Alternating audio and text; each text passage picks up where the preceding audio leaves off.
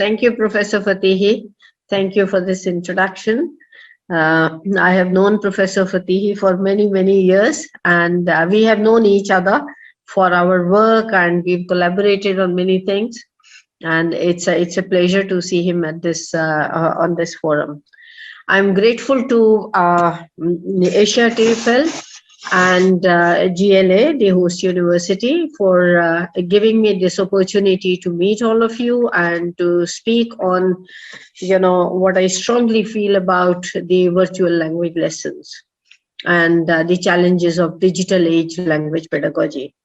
So I'm grateful to Professor Gargesh, Professor Mohanty, and Asia TFL, all the members of the Asia TFL who gave me this opportunity.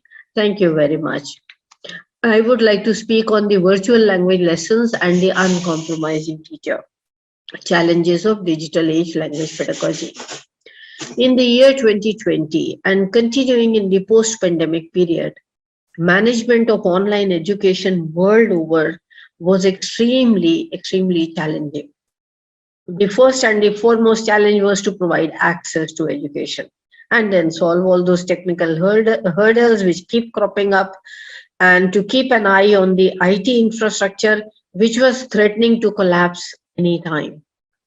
Once we could manage to at least start doing the content transfer digitally, the digital managers and the programmers, including the governments, thought the teacher was redundant, since the specified role of the teacher, that was to finish the courses within a specified time, was taken care of digitally by the education managers. You see, there was a small article in one of the newspapers that the technology has taken over all education because they are the people who facilitate all the transfer of materials. And so what is the role of the teacher? That disturbed me a lot, and then I started thinking about it. So once I got this invitation to speak, to be a plenary speaker for AsiaTEFL, then I developed this idea, and I said why and how the teacher's role cannot be minimized. So I'm talking about the specified and the unspecified role, the role that was never identified. The unspecified role of the teacher was never recognized even earlier, but it was always being performed by the teachers, making an effort on daily basis to ensure that the content transferred in physical classrooms was actually imbibed and assimilated by every student. The teachers in the physical classrooms actually performed multiple roles of mentors, motivators, working on the aptitude and the attitude and generally the cognitive framework of their learners. The more experienced and successful teachers were those who could connect with the students at a psychosocial level, who could recognize the cognitive capacity, who could recognize the cognitive capacity and cognitive cognitive competence of the learners, and then the cognitive potential, helping the students to realize the full potential. This is what the teachers did.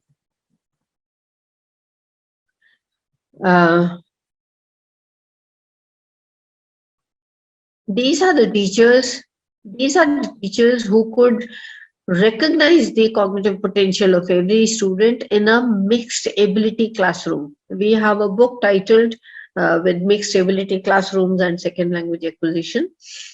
And then they used various strategies to help the students realize their full potential. According to Fernand Uri, this was a French educationist, and I'm talking about 1958. He said the classroom is never a presupposed and a static setting. There is no classroom with homogeneous groups of learners, with each learner having the same potential and the same level of competence, leading to the same level of confidence and aptitude for learning. Uri in 1958 also talked about liberating means of education. I mean, he is so good. He's talking about education to liberate the minds of the learners. And he developed the notion of institutional pedagogy between 1958 and 1966. I just find him fascinating. Institutional pedagogy is a practice of education that is centered on two factors. One is the complexity of the learner and the unconscious that he or she brings to the classroom. This unconscious includes, I mean, it's another name for the diversity of social, economic, cultural, and other unspoken elements that an educator interacts with in an institutional setting. Number two is the role of the institution in the process of intervening in both those psychosocial factors and in what is known by a student. So true even today in education in general and language education in particular. So through this plenary talk, I wish to draw the attention of the language teachers to this simple fact that the curriculum developers, syllabi writers, writers of textbooks, and other, support materials, it's all prepared. They are different from teachers in the classroom. They are all prepared as per the age of the learner and the perceived cognitive maturity of the learner at that particular age. So thereby you are perhaps assuming a homogeneous classroom. Okay, at this age, this will be the level of the students and this is the standard and we are writing material for this. So assuming that homogeneous classroom is the first problem. But the classroom, as I said before, as I quoted Uri before, classroom is never a presupposed and a static setting. There is no classroom with homogeneous groups of learners. The content writers in our schools and colleges, particularly in India, that I know very closely, they are different from the teachers who actually implement the program. So it was entirely, the onus was entirely on the teachers to interact with a hugely diverse population of students, heterogeneous in every possible way. Apart from the social, economic disparities, you find the socio-psychological differences in cognitive capability, cognitive competence, and cognitive potential. Sometimes also bringing in the negative insecurities and therefore negative attitudes, peer rivalries, and lack of motivation to catch up with the class. The most successful teachers were those who could connect with their students at a psychosocial, emotional level and recognize their individual cognitive capability, help them realize their full cognitive potential. These were the teachers who could translate the peer rivalries into peer support by means of group activities in language classrooms. Every learner comes to his or her class with previously acquired learning strategies too. You see, right from the beginning, as an infant, the babies, when they come to this world, initially they realize that crying gets them, all the cuddles and feeds and everything. So they start using this strategy, cry every time you are hungry. So they learn these are the survival tactics. They learn different strategies to attract attention and so on and so forth.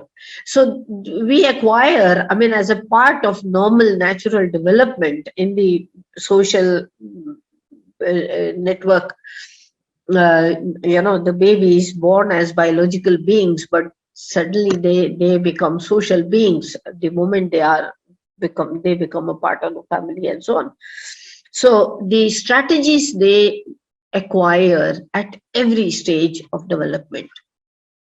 They then once they join the school, they are acquainted with more and more, learning issues and acquire different strategies. They keep modifying them and changing them and so on. So they learn once they come to school, or particularly for language classes, they learn so much from each other, picking up new learning strategies, constantly learning to learn differently from their peer group. So this learning to learn differently, picking up new learning strategies, all of that was actually happening because of the rich classroom environment. And this would also happen once the teacher creates a more positive environment. If there is rivalry taking over and the negativity taking over, then this doesn't happen. But in a positive kind of environment, the students are learning from each other and from their teachers. This extremely rich classroom environment of learning disappeared all of a sudden, completely out of the entire education system in 2020, in what we saw in these last 2 years. So the entire education system had to focus on transfer of the course content digitally. As I said in the beginning, the focus shifted to the digital management of transfer of information and to, first of all, as the first step, to ensure accessibility to education to every section of the student. But there also, we know we failed miserably. I'm talking about India. Studies have reported at least 65% students at the school level and more than 35% at the level of higher education had no access to education during the pandemic. This is reported data. During and after the pandemic, this excessive focus on digital transfer of courses, course content, led to the society at large. Now, society at large, I want to include the government, the politicians, the education managers, the IT infrastructure managers, society at large, to believe that this was the essence of education. But the transfer of content was the essence of education. The specified role of the teacher, that was transfer of the course content, it was taken over by the technicians, okay, and meaning the digital managers, education managers, and the unspecified role of the teacher, it was never recognized. I mean, unspecified role, that of a person who could connect with the students at individual level and ensure learning, ensure cognitive empowerment, ensure cognitive enrichment. All of that was completely lost sight of. I'm talking about the uncompromising teachers who were used to mixed ability classrooms, who looked upon heterogeneity as an advantage rather than deterrence, because they could connect with the students at a social, emotional level and create an environment where learning could take place at a much higher level of cognitive empowerment rather than just picking up course content. In the digital pedagogy, if we cannot compensate for all that we lost in the physical classrooms, then the output will only be what we saw in 2020 and 2021. After year-long digital management of education, institutions have reported minimal output, sometimes zero output, and the governments are seen modifying the assessment rules so that they could promote everybody to the next level. In the field of education in general and language education in particular, we have seen language teaching getting some technology support always, through audiovisual aids and language labs in the 70s, 80s, linguaphone programs, continuing till the 70s and 80s, and then continuing the same with computer-aided language programs like CALL, CALT in the 90s, right up to 90s. But all through, these were only aids for the teacher.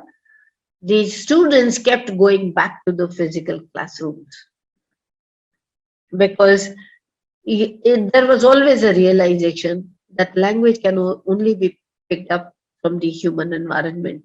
And therefore, the digital classrooms were a poor substitute. Digital or any technology on its own was a poor substitute. In 21st century, we also saw a much greater focus on learner-centered approaches, recommending task-based, function-oriented pedagogical tools and practices.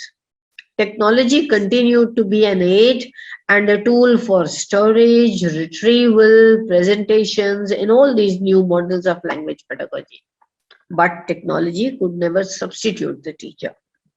So today, if you want to substitute the teacher, the technology must take over all that unspecified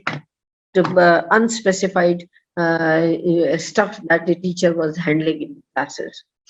Post-pandemic, there is a new dawn and a new realization which brings in these disturbing and painful questions like, what is the role of a teacher if every piece of information and skill can be shared mechanically online?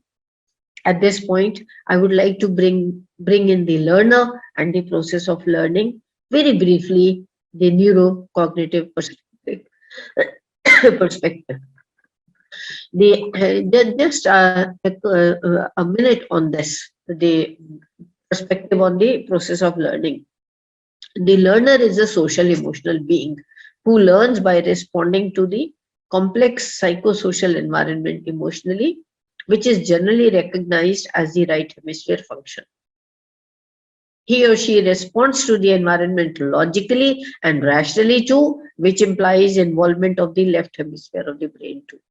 Here I would like to mention that the early education is much more of emotional learning, social emotional learning. But as we grow older, we go to higher education, there is a lot of rational learning too. Emotional learning becomes less, the rational learning takes over, logical rational learning takes over. So that's the whole point that I'm trying to make here. The left brain is the logical, the rational, the analytical brain that is happy looking at the systems and the structures and numbers and maths and language as a symbolic system and structure, and also the writing system. The right brain, the right hemisphere is considered the artistic one, responsible for holistic perception, overall picture, sense of arts and paintings and music, also for creativity, also for intuition and insight. And now the scientists propose a bihemispheric theory indicating the two hemispheres together contribute to an in-depth understanding of, be it language or maths or numbers or reasoning, analyzing, whatever, with an overall perspective. The frontal lobes perform an executive function involved in abstract thinking, the higher cognitive skills, emotional intelligence, consciousness, social, psychological, emotional functions, confidence, personality, decision making, judgment, problem solving, and purposeful behavior, and many others. The process of learning in general and language learning in particular involves all three of the above: the left hemisphere, the right hemisphere, and the frontal lobes, meaning the logical, the rational, and social emotional and personality, where cognitive functions, the frontal lobes, and so on. Our education in general is geared towards feeding the left hemisphere. This is a claim that I've made earlier also. There was a keynote address in the Aligarh Muslim University in one of the recent conferences. And I said, we are feeding the left brain by saying, okay, we organize all our teaching stuff in a logical, rational manner, and then we transfer that digitally to the student, and we think our job is done. There is no social, emotional thinking, involvement, nothing. And see how much learning takes place. So our education system, I repeat, in general is geared towards feeding the left hemisphere, not even bothered about the right hemisphere function and the social, emotional, cognitive function of the frontal lobes. At this point, we would like to recognize, we would like to go back to the specified and unspecified role of the teacher. The specified role was that of logical, rational left brain. The unspecified was all of the right brain and the frontal lobes, where all the other things became so very important in order to have the transfer of content successful. So the specified and unspecified role of the teacher. The unspecified role that a good teacher always performed, although it was never recognized as part of the mandate. Apart from the transfer of content prescribed in a logical, rational manner, actively engaging the left hemisphere, the teacher wants to ensure that the process of learning is accomplished. You are thinking from the point of view of the learner. The teacher is thinking about the learner and the process of learning, to ensure learning of what is being taught, to recognize the learner as an individual with his own, her own individuality, with his or her own cognitive capacity and cognitive potential, his own level of motivation, attitude, and language aptitude. Also, his or her own ways of learning and learning strategies that the student has already acquired and developed over a period of time. All that is processed at the RH, the right hemisphere, or in the frontal lobes. So how do we achieve that? Your education system is geared towards only the left hemisphere. In the past couple of years, those who thought the teacher had become redundant actually were also surprised at the failure of the system in terms of what the student actually achieved at the end of the year-long struggle with the digital education. So post-pandemic, the digital education must address the cognitive functions performed as I just indicated, those functions of the RH, the right hemisphere, and the frontal lobes, which were actually being addressed by the conscientious teacher who performed larger than life role of a guru in the physical classrooms. In fact, you need to address the cognitive neurodiversity and heterogeneity while planning your lessons, the digital lessons. The learners are going to learn what they can from the lessons, and there is no peer support or learning from the others' learning strategies that happens all the time in the physical classrooms. As a teacher addressing the hugely heterogeneous group of learners without any ways and means to connect with the students individually, the digital content needs to be organized in a very different manner. The present paper entirely focuses on the uncompromising teacher and the unspecified role of a teacher, which was never recognized. But that is what is important. Today, why have people started talking about social emotional learning, social emotional context of teaching and learning, even social emotional approaches to learning? I mean, people have started talking about that because now we need to focus on this. The more technology takes over, the more we need to remind those people who are managing the technology that please include this unspecified role of the teacher, the unspecified role that the teacher performed in the classrooms. Help the teacher in continuing to motivate every student, help him or her realize individual students' cognitive potential at the end of the day. So I have put down a set of recommendations for the language teachers and the education managers to achieve what currently seems impossible in the digital age of language education. If we want to succeed in the digital education, we must make room for all of that which we missed from the physical classrooms. My recommendations for digital pedagogy are summed up here, which I hope will help recognize the essence of language education, the role of the teacher in language classes, so that not just language learning, but the entire digital education system could be made more meaningful. Here, I would like to share the last couple of slides, 2-3 slides, on which I have, let me share screen. Where is it?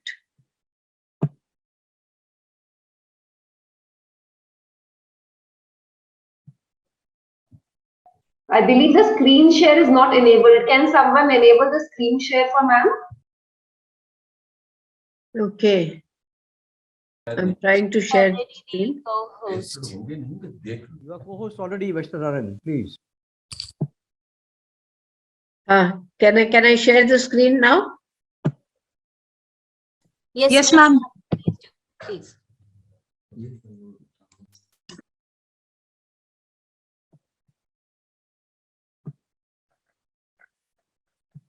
Somehow I'm not able to do that. Acha, okay, let me see. Now, can you see the screen? Yes, Can you ma'am. see? Yes, ma'am. Okay. Visible. Okay. Now, very quickly, I will run through these recommendations. Since it is before you, it will be easier for you to, get the point. And what I'm doing is, this is also basically an overview or a summary of my presentation.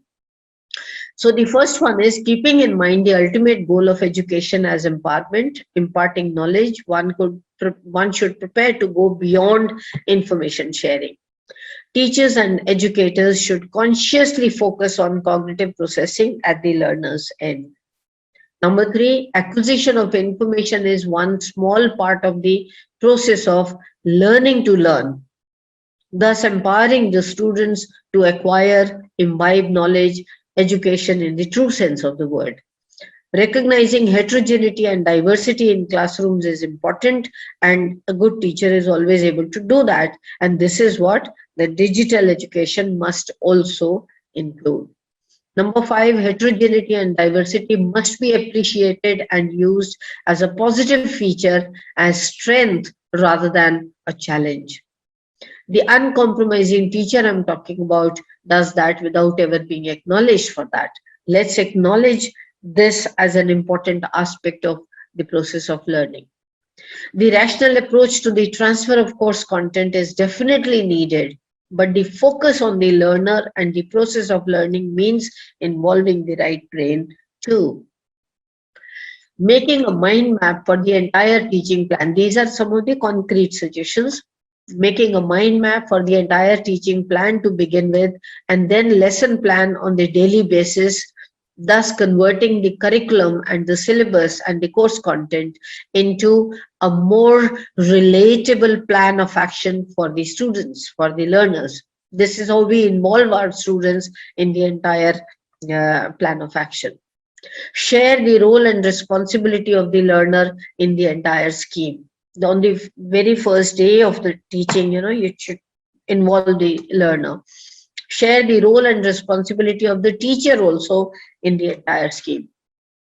Exploit the learner's confidence in technology, because the younger generation is definitely more techno savvy. So make use of their confidence in technology, use technology to get plans and programs in a new format which promotes cognitive skills at different levels. Share the mind map, schemata, the way you have structured your unit, your lesson, your courses. Share the incentives like the green signal to go ahead, red to redo, and scoring, and various other things. Share the approach from mind maps, top down approach or bottoms up approach. What are you following? That the student should never be lost in the classroom, in the digital classroom. So share the details. Presentation should be in simple, precise terms with audio or video support, illustrations, examples if needed. Setting an example by following ethical norms of writing, learning, and teaching, including referencing and citation. From day one, if you start doing it, they will know what is an ethical way of writing, reading, writing, and learning. Logical reasoning to be provided at the end of every section, every unit. Subunit, subunits or practice sessions prepared in a fashion which promotes individual learning at individual speed, so that the recorded lessons can help the learner after class. So this is where the individual speed is taken care of. Units prepared in a format which promote cognitive skills like the process of abstraction, the process of generalization, feature extraction, classification, problem solving, pattern recognition. All of this is actually part of language teaching and learning. Even if you don't spell out these cognitive functions or cognitive skills, they are very much there. So consciously promote these, establish a dynamic self-evolving model. Incentives at every step to keep up the motivation. One incorrect application leads to another example or another test item in a different format. So that's how the incentives or whatever continues. Application format, how to apply this, testing format, MCQ, reasoning, pairing, all of that can be included. Precision in formulation. The linguistic expression always must be very, very precise and appropriate so that the underlying cognitive pattern and process can be picked up easily. Ethics of writing, self-check for plagiarism, because in digital age, it has become absolutely mandatory to make the student conscious of the fact that you just cannot pick up something from the net and use it as your own. Self-check for plagiarism. What are the ethical issues involved in learning from the from in the digital mode? Learning to formulate hypotheses, testing, retesting, learning to present the experiment design in precise terms, all of that is part of academic writing. Help the learner with linguistic and cognitive skills simultaneously. How to draw inferences, how to interpret data and results, and provide logical reasoning to argue in favor of the inferences drawn. So all of this is part of your language program and for academic writing. So thus aiming at imparting cognitive and metacognitive skills, extending, enhancing the cognitive capacity and cognitive potential of the learner, helping the learner to always be able to process information and arrive at the knowledge, arrive at the big picture with larger applicability to life. To conclude, I would like to quote the one of the well-known psychologists, Shailja Sen. She writes very often in Indian Express and I love to read her articles. One of the articles was titled "From the Highways of Learning to Take the Learner Through the Lanes of Resistance." Highways of learning are these digital modes where the transfer of information is cut, and you do that very quickly without even looking at the learner. You don't know whether the learner has learned anything or not. But the lanes of resistance, the small meandering lanes of resistance where every turning, every point is a challenge, and the student learns by puzzle solving at every stage. Thank you very much. In case we have a couple of minutes, very quick questions, if there are any, I'll be happy to address. Thank you.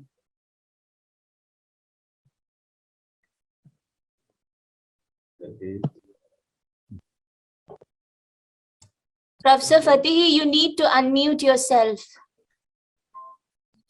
Sorry. Yeah, so I was just thanking ma'am. Thank you, ma'am, for a very stimulating presentation. I'm grateful to you for the amazing presentation that you gave today. By all accounts, it was one of the best presentations that I have seen. So this must have stimulated many of you to ask questions. Due to paucity of time, we may not take many questions, but just a few queries here and there if someone is interested. Thank you, Professor Fatihi. Thank you.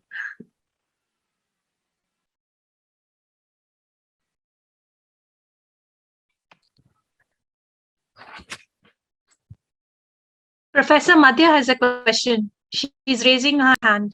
Yeah, sure. Can I ask? Sure, please. Oh, Go well, Yes, please. very inspiring. presentation, you are interested in developing the learner's autonomy, right? And Yeah. the process, I'm interested, the process is empowerment process. That's what my interest is there. Now, Yeah.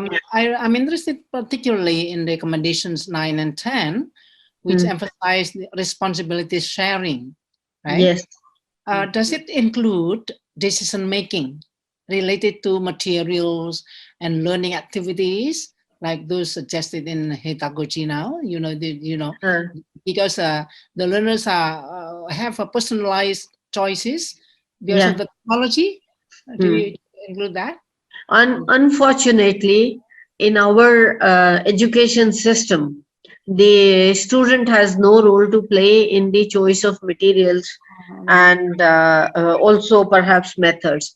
But once we move to the digital age, Yeah, then right. these choices are important. The Mhm. student may lose interest if the things do not fall in the sphere of his or her own interest. So we do have language for specific purposes, like English for higher education, which was the main concern that I was dealing with. English for academic writing, English for higher education. So there, perhaps, in fact, the other point that I was making was sometimes the teachers also have no role in the choice of textbook or the choice of teaching materials. At the undergraduate level, you are teaching the books which were prescribed by a bunch of scholars who were teachers or who were never teachers in actual classrooms. Just because the text is important, so okay, we include it. We don't realize what are the difficulties at the undergraduate level and so on. So these are the real challenges. So what I want to say here is 9 and 10 particularly, that once the teacher has the material to be shared with the students, then one way of involving the student is you share this information with the student. Say that we are going to do this, we are going to use this, we are going to follow this particular plan, this particular content, and this particular text. So that sharing will be probably, helpful, involving the student. So the teacher has not made use of those available in the internet, right? It depends. If the teacher is making use of any such materials, with acknowledgement, of course, with acknowledgement, because now this digital age has also led to a serious problem of plagiarism.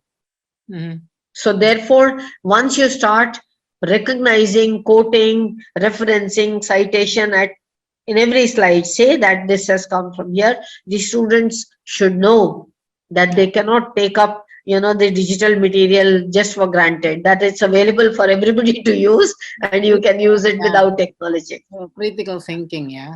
Yeah. Right. Okay. Thank you very much for your answer. Thank you.